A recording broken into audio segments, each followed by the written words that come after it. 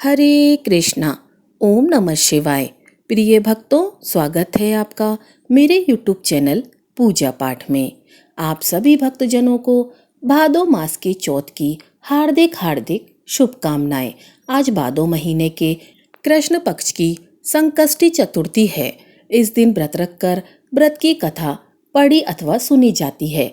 भगवान श्री गणेश अपने भक्तों के सभी संकटों को दूर करते हैं और चौथ माता भक्तों की सभी मनोकामनाओं को पूर्ण करती हैं। प्रिय भक्तजनों, आइए अब आप सुनिए संकष्टी चतुर्थी के दिन सुनी जाने वाली संकष्टी चतुर्थी की व्रत कथा और चौथ माता की कथा। भादो मास के कृष्ण पक्ष की संकष्टी चतुर्थी व्रत की पौराणिक कथा के अनुसार एक बार पार्वती जी ने गणेश जी से पूछा कि हे पुत्र, भादो कृष्ण चतुर्थी को संकट नाशक चतुर्थी कहा गया है, अतः उस दिन का व्रत किस प्रकार किया जाता है, मुझे समझाकर कहो। तब गणेश जी ने कहा, हे माता, भाद्रप्रद कृष्ण चतुर्थी सब संकटों की नाशक, विविध फलदायक एवं संपूर्ण सिद्धियों को देने वाली है। पूर्ण वर्णित विधि से ही पूजा करनी चाहिए। हे पार्वती माता, इस व्रत में आहार संबंधी कुछ विशेषताएं हैं, उन्हें बताता हूँ। श्री कृष्ण जी कहते हैं कि हे युधिष्ठिर, पुत्र की ऐसी बात सुनकर पार्वती जी ने उनसे पूछा कि आहार और पूजन में क्या विशेषता है, उसे कहो। तब गणेश जी ने कहा कि गुरु द्वारा वर्णित प्रणाली से इस दिन भक्ति भाव से पूजा करें। 12 महीनों में अलग अलग नामों से गणेश जी की पूजा करनी चाहिए। विनायक, एक दंत, कृष्ण, पिंग, गजानन, लंबोदर, भालचंद्र, हरंब, बिकट, वक्रतुंड, आखुरत, विघ्नराज और गणादेव, इन 12 नामों से व्रती को गणेश जी का पूजन करना चाहिए। अलग अलग महीनों में एक एक नाम से पूजा करें। चतुर्थी के दिन प्रातः नित्य कर्म से निवृत्त होकर व्रत का संकल्प करें। फिर रात्रि में पूजन और कथा श्रवण करें। पूर्व काल में एक नल नामक पुण्यात्मा और यशस्वी राजा हुए। उनकी रूपशालिनी रानी दमयंती नाम से प्रसिद्ध थीं। एक बार उन्हें शापग्रस्त होकर राज्यच्युत होना पड़ा और रानी के वियोग में कष्ट सहना पड़ा। तब उनकी रानी दमयंती ने इस सर्वोत्तम व्रत को किया। पार्वती जी ने पूछा, हे पुत्र, दमयंती ने किस विधि से इस व्रत को किया और किस प्रकार व्रत के प्रभाव से 3 महीने के अंदर ही उन्हें अपने पति से मिलने का संयोग प्राप्त हुआ? इन सब बातों को आप बताइए। श्री कृष्ण जी ने कहा कि हे युधिष्ठिर, पार्वती जी के ऐसा पूछने पर बुद्धि के भंडार गणेश जी ने जैसा उत्तर दिया उसे मैं कहता हूँ, आप सुनिए। श्री कृष्ण जी कहते हैं, हे माता, राजा नल को बड़ी बड़ी आपदाओं का सामना करना पड़ा था। हाथी खाने से हाथी और घुड़साल से घोड़ों का अपहरण हो गया। डाकुओं ने राजकोष लूट लिया और अग्नि की ज्वाला में घिरकर उनका महल भस्मसात हो गया। राज्य को नष्ट करने वाले मंत्री लोगों ने भी उनका साथ छोड़ दिया। राजा जुए में सर्वस्व गवा बैठे। उनकी राजधानी भी हाथ से निकल गई। सभी ओर से निराश और असहाय होकर राजा वन में चले गए। वन में रहते समय उन्हें दमयंती के साथ अनेक कष्ट झेलने पड़े। इतना होते हुए भी उनका रानी से वियोग हो गया। फिर राजा किसी नगर में साइस का काम करने लगे। रानी किसी दूसरे नगर में रहने लगी तथा राजकुमार भी अन्यत्र नौकरी करने लगा। जो किसी समय राजा रानी और राजपुत्र कहे जाते थे, वे ही अब भिक्षा मांगने लगे और तरह तरह के रोगों से पीड़ित होकर एक दूसरे से बिलग रहकर कर्म फल को भोगते हुए दिन बिताने लगे। एक समय की बात है कि वन में भटकते हुए दमयंती ने महर्षि सर्वभंग के दर्शन किए। उसने उनके पैरों पर नतमस्तक होकर हाथ जोड़कर कहा। दमयंती ने पूछा, हे ऋषिराज, मेरा अपने पति से कब मिलन होगा? किस उपाय से मुझे हाथी घोड़ों से युक्त घनी आबादी वाली नगरी मिलेगी? मेरा भाग्य कब लौटेगा? हे मुनीश्वर, आप निश्चय रूप से बताइए। श्री कृष्ण जी कहते हैं कि दमयंती का यह प्रश्न सुनकर सर्वंग मुनि ने कहा कि हे दमयंती, मैं तुम्हारे कल्याण की बात बता रहा हूँ, सुनो। इससे घोर संकट का नाश होता है, सब कामनाएं पूर्ण करने वाला और शुभ कारक है। भादो मास के कृष्ण पक्ष की चतुर्थी संकट नाशन कही गई है। इस प्रकार नर और नारियों को एक दंत गजानन की पूजा करनी चाहिए। विधि पूर्वक व्रत एवं पूजन करने से हे रानी, तुम्हारी संपूर्ण इच्छाएं पूरी होंगी। 7 महीने के अंदर ही तुम्हारा पति से मिलन होगा। यह बात मैं निश्चय पूर्वक कहता हूँ। गणेश जी कहते हैं कि सर्वंग मुनि का ऐसा आदेश पाकर दमयंती ने भादो मास की संकट नाशिनी चतुर्थी व्रत प्रारंभ किया और तभी से बराबर प्रतिमास गणेश जी का पूजन करने लगी। 7 ही महीने में राजन इस उत्तम व्रत को करने से उसे पति, राज्य, पुत्र और पूर्वकालीन वैभव आदि की प्राप्ति हो गई। श्री कृष्ण जी कहते हैं कि हे युधिष्ठिर, इसी प्रकार इस व्रत को करने से आपको भी राज्य की प्राप्ति होगी और आपके सभी शत्रुओं का नाश होगा, यह निश्चय है। हे राजन, इस प्रकार मैंने सभी व्रतों में उत्तम व्रत का वर्णन किया है। यह सब कष्टों का नाश करता हुआ आपके भाग्य की वृद्धि करेगा। प्रेम से बोलो भगवान गणेश जी की जय, पार्वती माता की जय। तो भक्तों, अब सुनिए संकष्टी चतुर्थी के दिन सुनी जाने वाली दूसरी कथा। एक बुढ़िया माई के ग्वालियां बछालियां नाम का बेटा था। बुढ़िया माई अपने बेटे के लिए 12 महीने की चारों चौथ करती थी। बेटा लकड़ी लेकर आता था और दोनों माँ बेटा उसको बेचकर गुजारा करते थे। बुढ़िया माई रोजाना लकड़ी में से 2 लकड़ी रख लेती और चौथ के दिन बेटे से छुपकर बेचकर सामान लाती थी और 5 पुआ बनाती थी। एक पुआ गणेश जी महाराज को, एक चौथ माता को चढ़ाती थी, एक ब्राह्मण को और एक अपने बेटे को खिलाती थी और एक पुआ खुद खाती थी। एक चौथ के दिन बेटा अपने पड़ोस के घर गया। वह पुआ बना रही थी। जब उसने पूछा कि आज क्या है जो पुए बना रखे हैं, तब पड़ोसन बोली, मैंने तो आज ही बनाए हैं, पर तेरी माँ तो चारों चौथ को पुए बनाती है। उसने जाकर माँ से पूछा, माँ तू रोज पुए बनाती है, मैं इतनी मेहनत से कमाता हूँ। तब बुढ़िया माई बोली, बेटा मैं तो चौथ माता का व्रत करती हूँ। वह बोला कि तू मुझे रख ले, या तो तू चौथ माता को ही रख ले। बुढ़िया माई बोली, बेटा मैं तो तेरे लिए ही चौथ का व्रत करती हूँ, इसीलिए मैं तुझे छोड़ सकती हूँ, पर चौथ माता को नहीं। माँ की बात सुनकर जब बेटा घर से जाने लगा, तब बुढ़िया माई बोली, तू जा रहा है तो मेरे हाथ में से यह आँखा लेते जा, जहाँ संकट आए वहाँ ही पूर देना। बेटे ने सोचा बात झूठी है, पर ले चलने में क्या बुराई है। बेटा चलने लगा। वह थोड़ी ही दूर पहुंचा था कि उसने देखा खून की नदी बह रही थी। कहीं से भी रास्ता नहीं मिला तो आँखा पूर कर बोला कि चौथ माता, अगर तू सच्ची है तो रास्ता हो जाए। ऐसा कहते ही झट से रास्ता मिल गया। आगे गया तो घनघोर अंधेरा उजाड़ फैला हुआ था।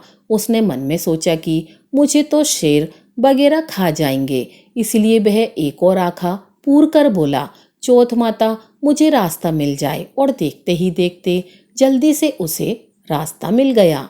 वह आगे गया। चलते चलते एक राजा की नगरी में पहुंचा। वहां का राजा रोजाना एक आदमी की बलि देता था। वह एक बुढ़िया माई के पास गया। वह बुढ़िया माई रोती जा रही थी और पुए बना रही थी। लड़के ने बुढ़िया माई से पूछा, बुढ़िया माई क्यों रो रही हो? तो बुढ़िया माई ने उत्तर दिया कि मेरा एक ही बेटा है, जिसकी कल राजा बलि देने वाले हैं और आज मैं उसी के लिए पुए बना रही हूँ। वह बोला, बुढ़िया माई अपने बेटे की जगह मुझे पुए खिला दे तो मैं उसकी जगह बलि चढ़ने चला जाऊंगा। बुढ़िया माई ने कहा, मैं दूसरे के बेटे को कैसे भेज सकती हूँ, लेकिन वह नहीं माना तो बुढ़िया माई ने उसे ही पुए खिला दिए। अगले दिन जब राजा का संदेश आया तो बुढ़िया माई ने सोचा मैं कैसे दूसरे के बेटे को बलि चढ़ने के लिए भेज सकती हूँ। मैं ऐसा नहीं कर सकती। लेकिन बाहर की आवाज़ सुनकर बेटा जाग गया और राजा के आदमियों के साथ चला गया।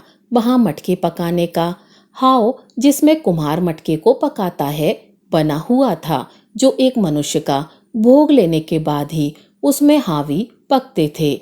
उन सब ने मिलकर उसको हवा में चुन दिया। वह आका पूर कर हाव में बैठ गया। एक ही दिन में हाव पक गया और मिट्टी के घड़े सोने चांदी के बन गए।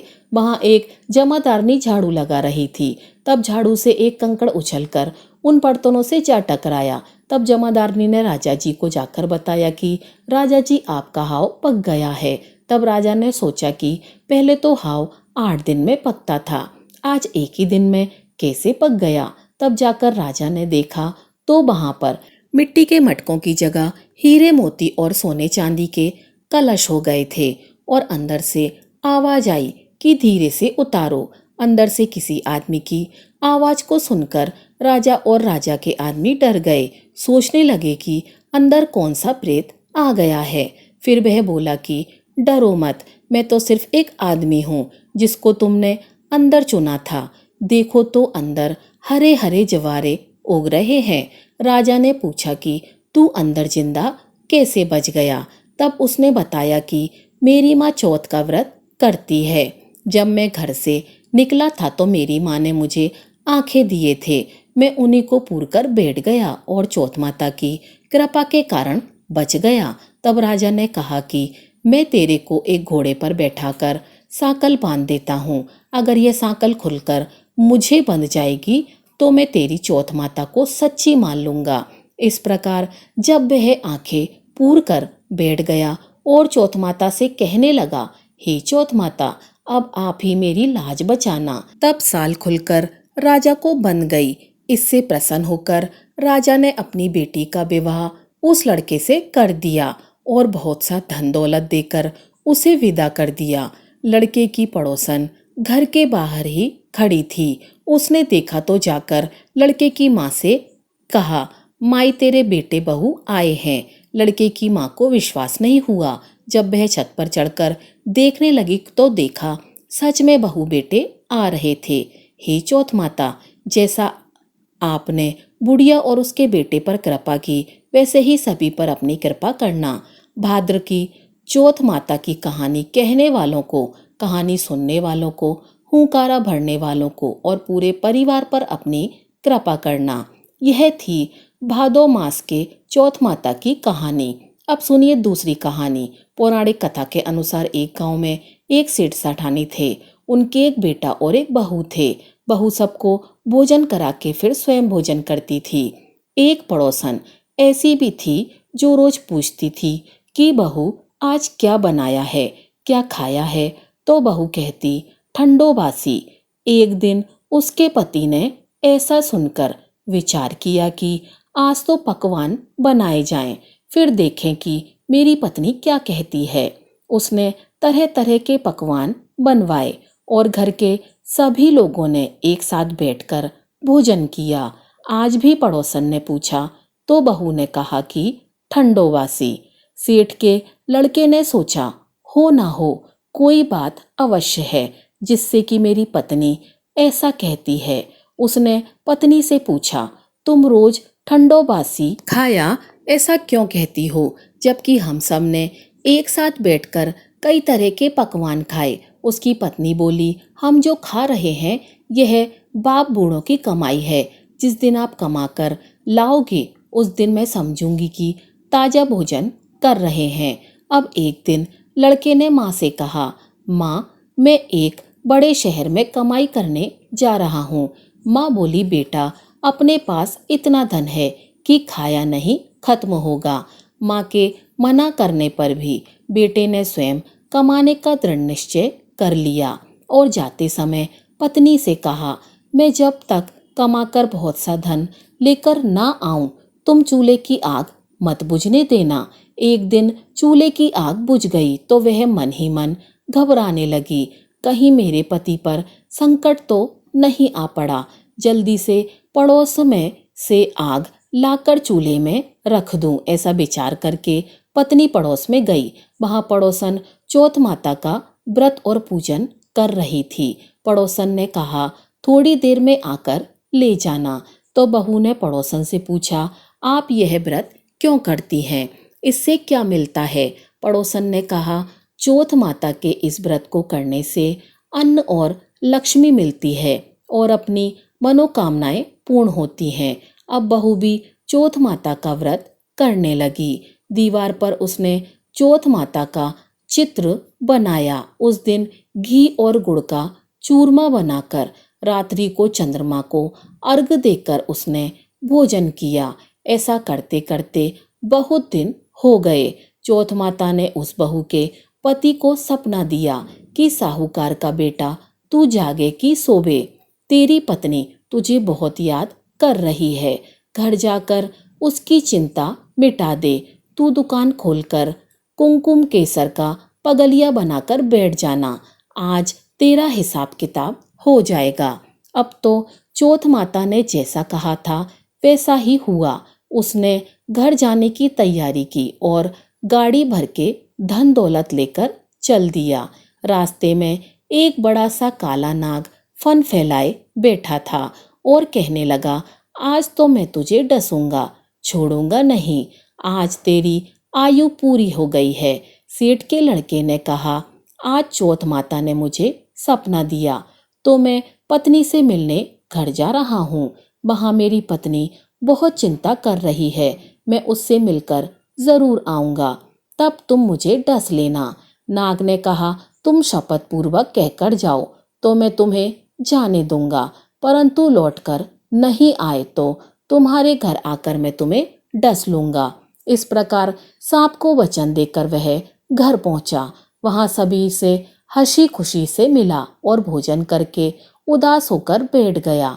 उसकी पत्नी ने उदास होने का कारण पूछा तो पति ने काले नाग वाली बात बताते हुए कहा कि यदि मैं उसके पास नहीं जाऊंगा तो वह घर आकर ही मुझे डस लेगा।